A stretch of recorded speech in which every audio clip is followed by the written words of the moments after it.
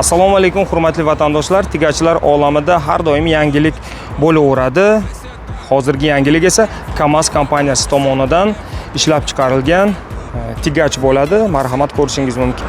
Ushbu tigach M1946 modeli hisoblanadi. Ya'ni katta kabinali, ikkita yotoqdan iborat. Bunda 482 ot kuchiga ega bo'lgan dizelli turbinali motor o'rnatilgan 6 silindrdan iborat va avtomat korobkali hisoblanadi, 12 pog'onalik. Marhamat ko'rishingiz mumkin. Bunda tormoz tizimi, ABS, EBD barchasi mujassam. Oldi va orqa bu oporni diskali bo'ladi.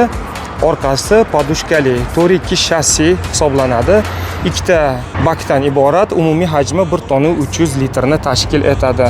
Marhamat ko'rishingiz mumkin. Juda ham chiroyli, juda ham ajoyib ko'rinishga ega tigach hisoblanadi.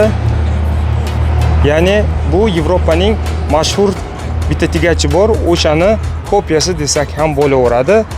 Agar kim bilgan bo'lsa, albatta kommentariyalarda yozib qoldirsangiz bo'ladi. Narxi esa 941 million 920 ming so'm turadi. Agar dollarga hisoblaganingizda 72.500 dollarni tashkil etadi.